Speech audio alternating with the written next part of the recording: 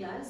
आज हम एनसीईआरटी का रियल नंबर का पार्ट 2 कर रहे हैं और इसमें एक स्पेशल क्वेश्चन कंसीडर करेंगे जिसमें कि आपको एग्जाम्पल में भी दिया है और एक्सरसाइज में भी दिया है। उसमें आपको दिया है कि can 4n and in 0 for any value of n where n is a natural number. तो सबसे पहले आप क्वेश्चन देखो कि क्या है क्वेश्चन ये।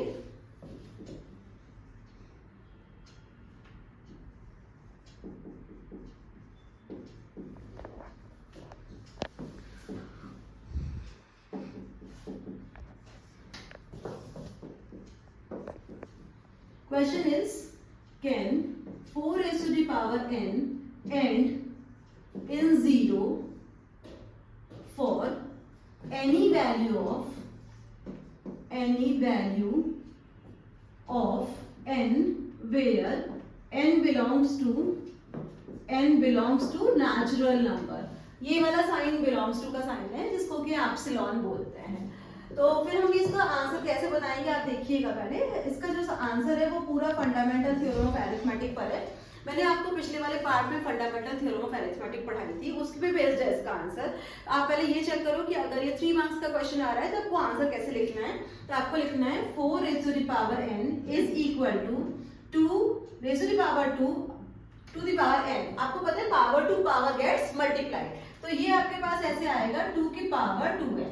इस बात का ये साफ मतलब है कि आप n की कोई सी भी वैल्यू ले लो, इसमें बहुत सारे 2s हो सकते हैं depending upon the value of n, but उसमें 2 के अलावा कोई और नंबर नहीं होगा।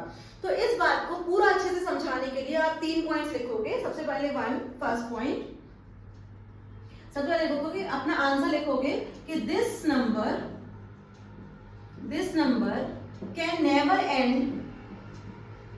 And in 0 for any n belonging to natural number, यानी कि n की किसी भी वैल्यू के लिए ये 0 पे एंड नहीं करेगा। अब इसकी रीजनिंग क्या है कि क्यों नहीं करेगा, इसका रीजनिंग पहले सुन लो फिर मैं लिखवा भी दूंगी। उसका रीजन ये है कि अगर हम किसी भी नंबर को चाहते हैं कि वो 0 में एंड करे तो उसमें 10 आना चाहिए। और 10 कैसे आएगा? बाय हैविंग एटलीस्ट कम से कम एक बार 2 और एक बार 5। अगर एक बार 2 और एक बार 5 आया तो वो दोनों मिलकर 10 बनाएंगे, जो कि आपको दिस नंबर को हेल्प करेंगे टू एंड इन 0। तो सेकंड पॉइंट क्या लिखेंगे हम? दिस फैक्टराइजेशन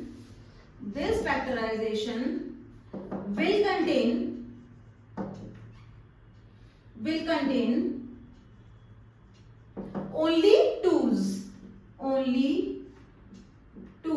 यानी कि बहुत सारे 2s होंगे इसके अंदर, but no 5, so it cannot end in 0।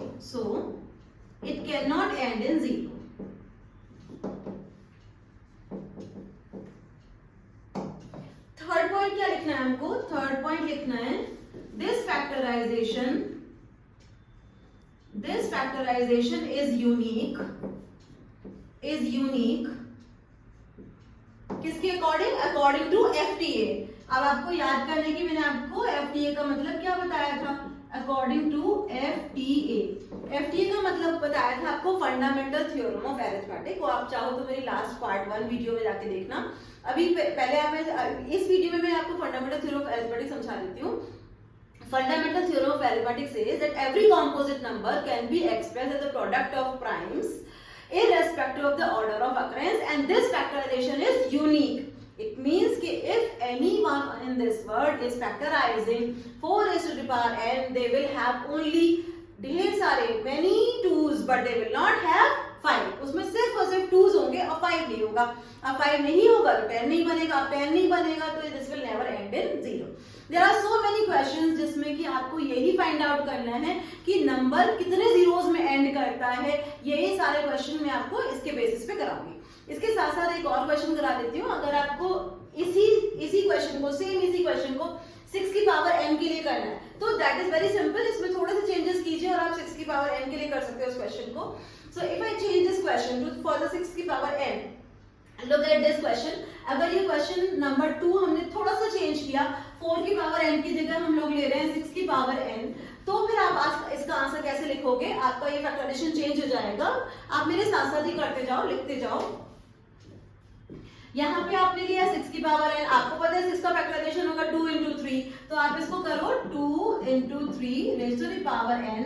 It would mean that इसके फैक्टराइजेशन में होंगे only 2s and only 3s.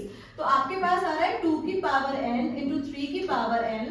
Answer remain same, वही सेम आंसर रहेगा. This number can never and in 0 for any value of n. n belongs to natural number.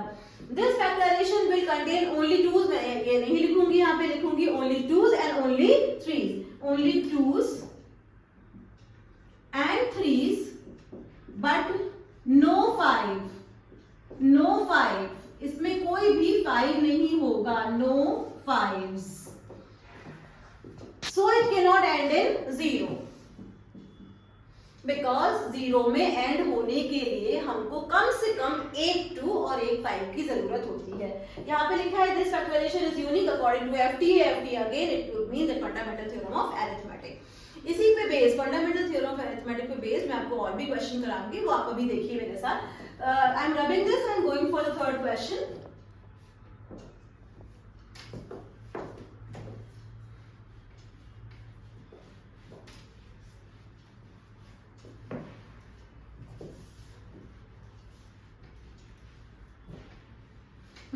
Look at this question. ये आपके NCERT में नहीं है, but ये very very important है और ये आएगा एग्जाम में.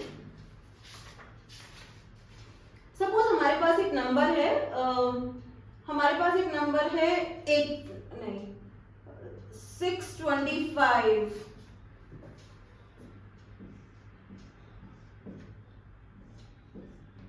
to the power n. अब आपका क्वेश्चन ये है कि can 625 and in any number of 0. 625 को आप ब्रेक कर लीजिए, 625 को आप ब्रेक करिए. मैं आपको यहाँ पे पहले इसका फैक्टराइजेशन दिखा रही हूँ.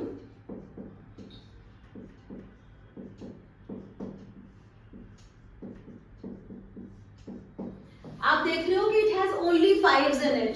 तो आप यहाँ पे लिखने वाले हो 5 की power 4 raise to the power n. Again answer remain same, it can never and in 0. 625 की power n will never end in 0 as it contains only 5s and no 2s. So it cannot end in 0.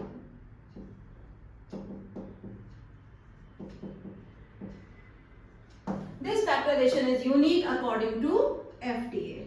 According to FTA, this factorization is unique.